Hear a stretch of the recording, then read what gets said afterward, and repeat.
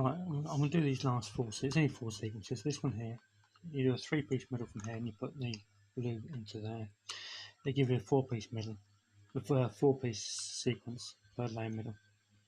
Then it gives you 2 3-piece middles. And I'll do that now without looking, right? Yeah? Without looking. So I'm starting from there. Right. So I'm looking. That's it.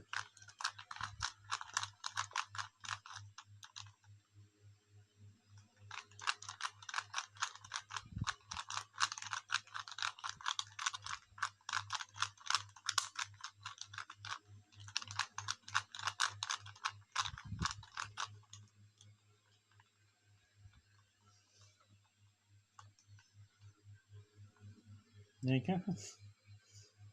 Easiest part, isn't it?